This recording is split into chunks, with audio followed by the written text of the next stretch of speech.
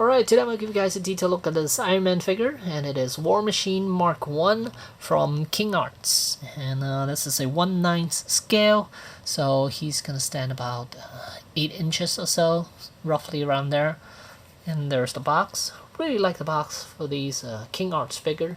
It is a very solid paper box, cardboard box. It's very durable. Let's see the back side. Shows a picture of War Machine, and let's get him out of packaging. Alright, and here's War Machine outside of packaging. I got him on a flight pose with a flight base, and there's the stand, and it's a little plaque. It is magnetized. It says Iron Man 2 War Machine Mark 1. And it comes with another bendy rod. This one is for flight stand, and this one is for just standing around because it's a little shorter. And then here are all the hands that this figure comes with. Focus. We have a pair of grasping hands, then a pair of repulsor blast hands, a salute hand, a pair of fists, and that's it as far as accessories. So not a whole lot. Oh, and a pair of articulated finger hands, so which is what he has on right now. And there's War Machine flying. There's the cannon, and there's the figure, and this bendy rod is very sturdy, and the clamp that comes with it is very stiff too, so it'll definitely hold your figure without dropping it. And while we're at it, let's take a look at the back side of the figure.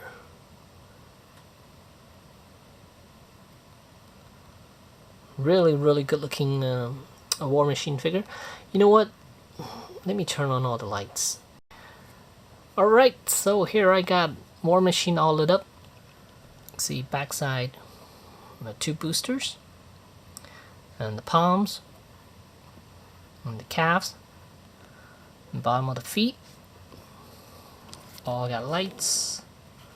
Really nice looking. And then turn them on to the front. See the eyes lit up, and then the chest. So there's a lot of lights going on with this War Machine figure. Quite nice. Very happy with it. It would have been nice if he came with a couple of effect pieces, especially for the boosters, but we didn't, so that's alright. Those lights are really bright, so let me turn them off now. Alright, in the instruction booklet it tells you that the neck section could be pulled up a little bit to give you a little more range. Same with the arms. You could pull the shoulder section out a little bit to give you a little more range, but I found those parts to be poorly done, which doesn't really allow you to do that. If you try to pull a little bit, the head will completely pop off, and same with the arms, they will pop off. So I found those joints to be somewhat useless. And so as far as range motion, the legs, it could be pulled outward a little bit, and you can drop the legs down a little bit to give you more range. And the cannon can rotate and every which way, so that's kind of neat. But these joints aren't the best. I mean, it gives you very normal range of motion, but nothing special. And War Machine could look up very little bit. You can see if he can't even look up any further because limitation of this cannon on the back side there. And he could look down a little bit more, and that's how far he could look down. And looking side to side is also challenging because of the way they designed this armor. You can see it does block his range of motion quite a bit. His chin's gonna hit the shoulder section. I mean the shoulder cannon section. So yeah, he's not gonna be able to turn left or right that much either. And once you lift up this section, it exposes the ex-wife, and I think the ex-wife looks a little bit too tiny. That could just be me, but it does look quite tiny.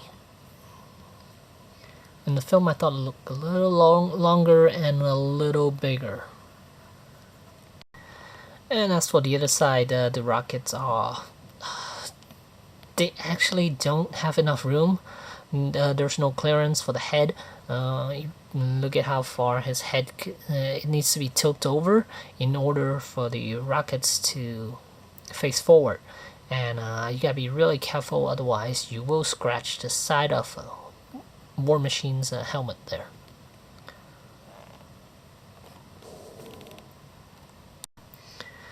And the shoulder cannon could actually rotate every which way you want, up and down, left and right. On the part that's attached to the back side, it has a 180-degree movement, rotation. It doesn't shift left or right though. So it's stationed right in the middle. And that's it. And as for the shoulder pad, it's very similar to Hot Toys, where it uses a spring loaded, and and it could actually flip up and down as well. So yeah. And as for the shoulder articulation, it is on a ball joint. One thing the bicep section is kind of weird. It doesn't give you full range of motion. It stops right there, about a little more than 45 degrees, and it stops you. So the arms will not be able to turn all the way, which is a little strange, because I don't know why or what's causing this to not rotate. You can see it could rotate from here to there, and that's it. It stops you there. And the elbow section is kind of cool. It has double jointed elbows, but also the forearm can extend out a little bit to give you a little more range, so you could do the salute pose. And that's how far you could extend it. And here's War Machine giving you the salute pose.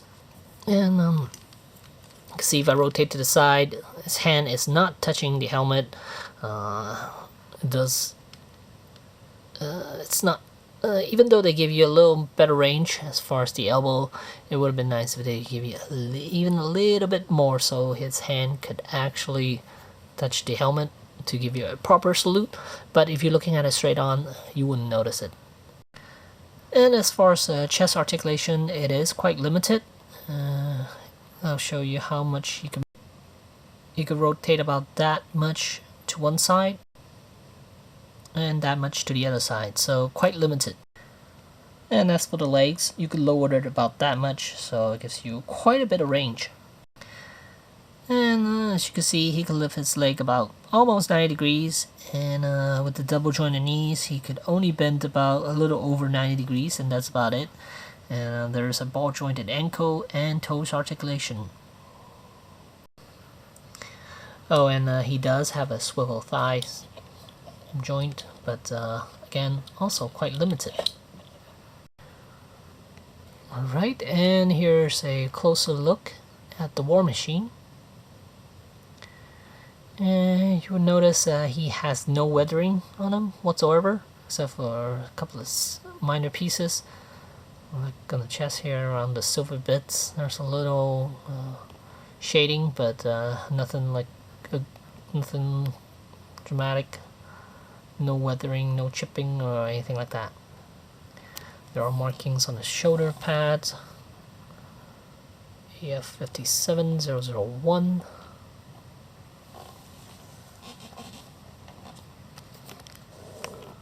Zoom out a little bit.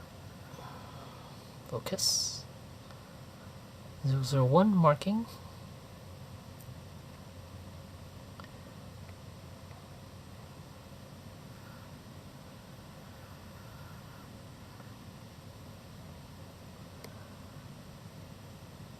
And there's the base again. And here's the machine gun.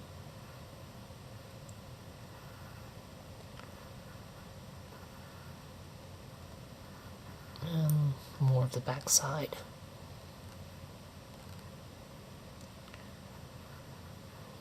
forearm cannons, forearm machine guns.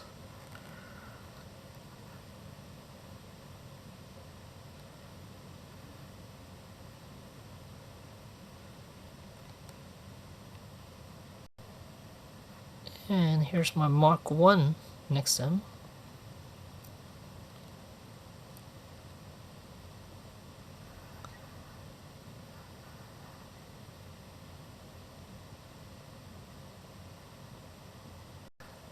So there you have it. At the end of the day, is this figure worth getting?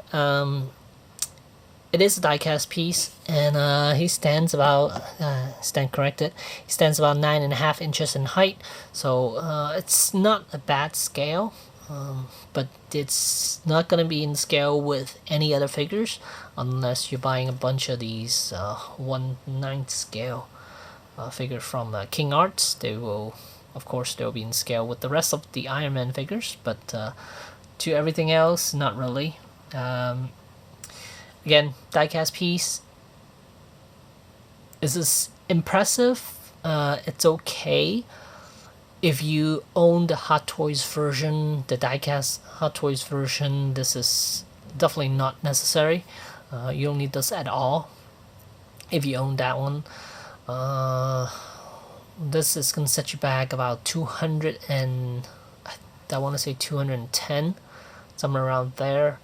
So it's not a cheap piece, but right now Hot Toys are what, 3 something for die-cast pieces. I think the Infinity War Iron Man, it's what, 400 now, 414 or somewhere around there, or was it 3 something? I'm not sure, but I'm not getting that one because it's way out of my price range.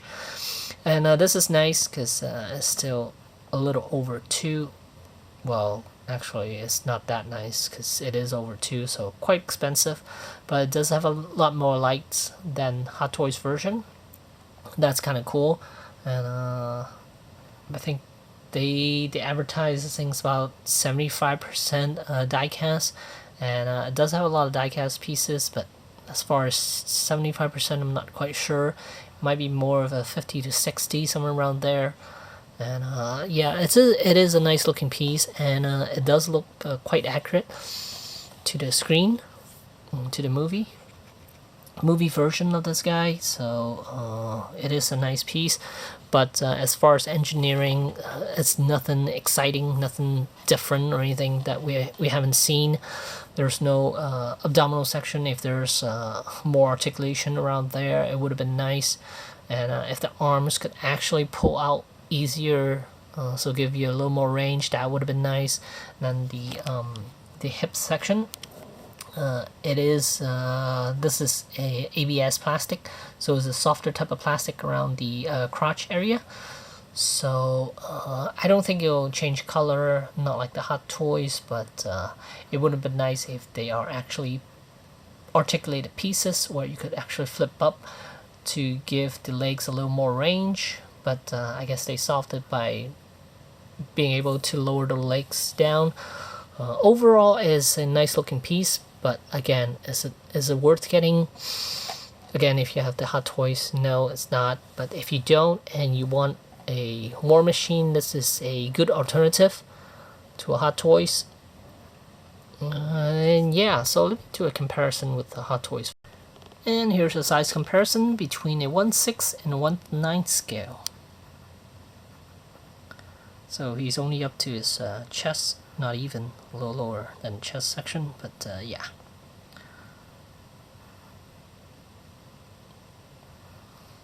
So yeah, there you have it. King Arts War Machine, 1/9 scale. Thanks for watching.